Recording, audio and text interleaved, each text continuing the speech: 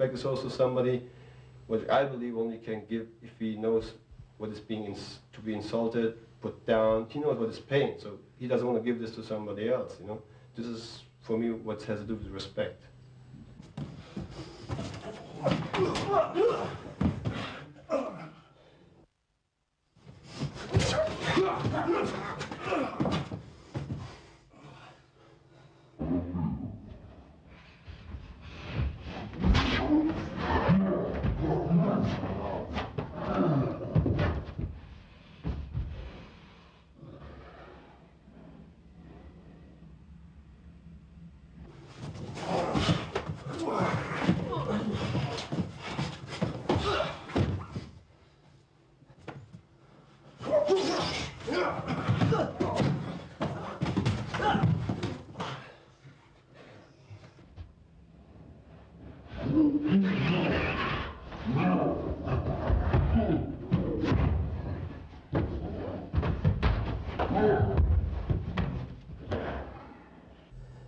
Lately, a lot of the tournaments like a free fight, Ultimate Fighting Combat, and World Combat Championship, this kind of tournament has come out of the scene of martial arts. What do you think this kind of events might bring to the martial art? Is positive, is negative? How you look at those events? You see, I mean, this depends on which point of view looking at it. And I think this is good for the promoters, good for people that want to make money, because this goes all to the media. And for the art, you see, I do self-defense. I don't think I do need to improve myself to anybody in this world, to nobody, how good I am or how bad I am. Because the thing is, in a real fight outside, I'm not going to take any bad things from anybody. So, and if people think, I mean, if you do a sport, if you put the tournament with the rules and stuff, well, this is a different story. This is like competition kind of thing. But if you go down to the bottom line and say, well, we do a no-rule fighting. Well, I'm not going into these fights to play, to joke the guy or to armbar him. I could to break his spine and probably go to kill him. So because this is no rules, this means these other guys try to kill me, I'm going to try to kill him. I'm not going to spar with him. So, and this is basically the bottom line, if you say no rules, first of all. And second of all, I think I'm not of one of these new age gladiators, and I don't teach my students, or our entire organization don't teach the students for these new age gladiators going in a ring or in a cage in a baiting slip and showing people how tough they are and how they can break other people's bones. If this is martial arts, well, I'm not in that same world. My martial arts is something else. I know I'm good. I know I can take all the people that attack me in the street. I don't care, because this is a different story. See, I never said I'm the best in the world, but I don't let's say that I'm the second. So if somebody wants, he has to come down and fight me for real in the street. But I'm not asking for it, because I don't give anybody a reason for it, because I respect them.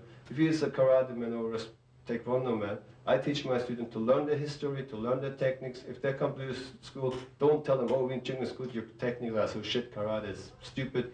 We don't use this. If he comes in my school, or judo, or even jiu-jitsu or wrestling, I can tell him about his history, about his heritage, probably more than he maybe knows. So this guy gonna understand, I talk his language, and he's gonna say, hey, this guy's my friend, he knows what I'm doing, so we can talk about his style, so he get close, and then I can show him my style. Try to convince him, this is okay. But if I go and say, hey, your style is so stupid, it's no good, this means I'm prejudiced, and this is not good. And I don't want anybody talks about WT like that. And most people do talk like that because they don't know. Oh, this business, money people, hey, if the Wing Chun system wouldn't be good, we wouldn't have success. You know, some people are big on papers, they make all like this fighting stuff, but they really don't have any schools really big or something. They don't have, you know, they have all these bloodthirsty people as followers and pay-per-view stuff, and we don't want this. I'm not interested in this money even, you know what I'm saying? So I have people that are 110% behind me because they believe in what I'm saying and the way I live, and it's all what counts for me.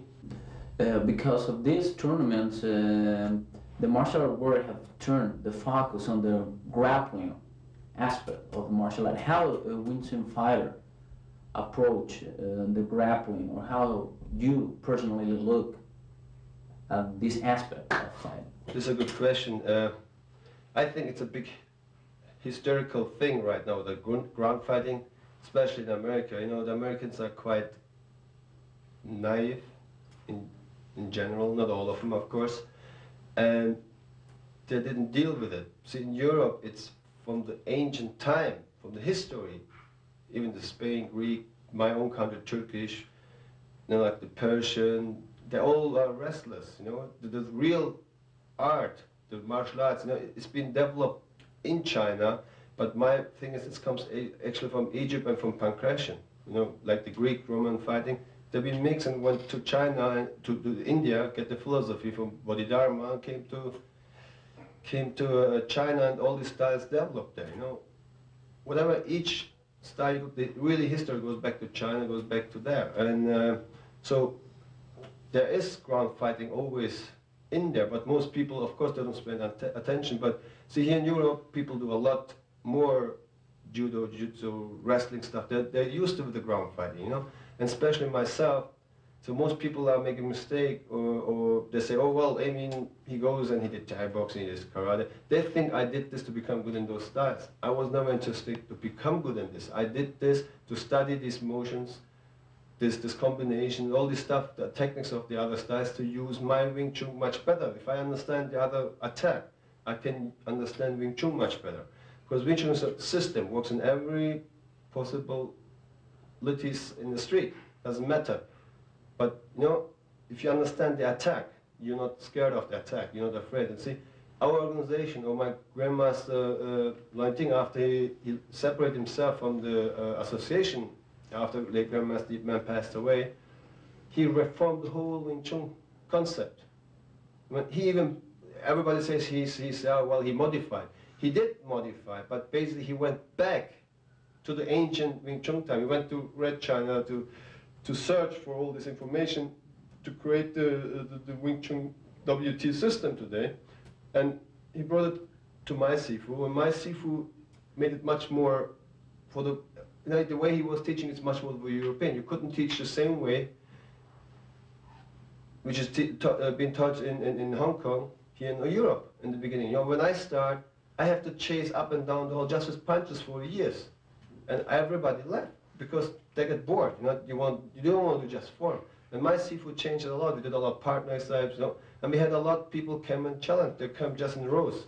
Kickboxers, boxers, wrestlers. So we just beat them all. They came in our schools because, well, we never insulted them in the article, and I don't remember that my Sifu ever insult anybody. I don't remember that I insult anybody because of their styles or whatever, so long it's not personal.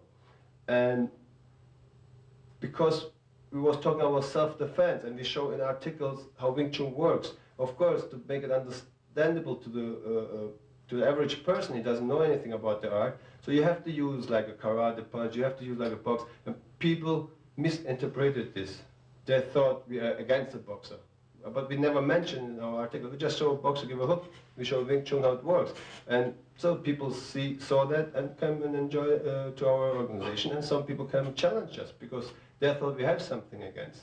Well, but anyway, they had no chance so or so. So we're the largest professional organization in the world, and that's basically what it is. So we are involved with the ground fighting. My Sifu did wrestling before, but see, I'm doing it since 15 years intensively, and I have great friends in wrestling and everything, but if it comes to the bottom line for free, nobody can do me on the ground or bring me to a choke hold, a submission hold, or armbar, because in Wing Chun we don't care what kind of attack comes in WT. Okay.